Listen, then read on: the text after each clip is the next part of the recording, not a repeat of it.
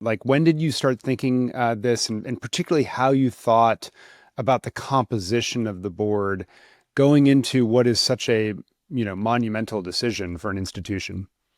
Yeah, I think there's preparing the college and preparing the board. And I think in our favor, we had a president that came to us early to talk about just both opportunities and challenges. And those challenges were, declining enrollments over a period of years, rising costs that the COVID epidemic obviously accelerated.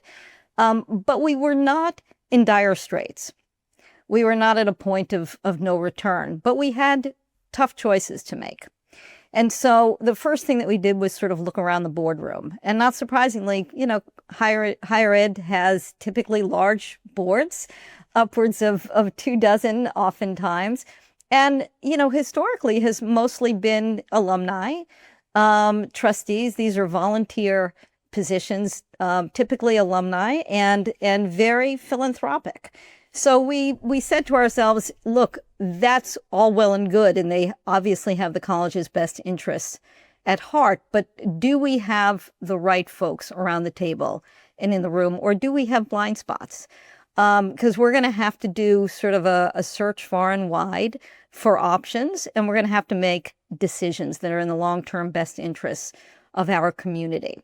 And so we had sort of the loyal and the faithful, but we knew what we didn't have.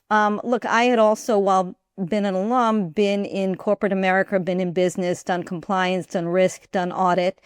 We needed to strengthen the board in relation to finance, in terms of regulatory, because we don't operate sort of on an island. We operate in a broader context.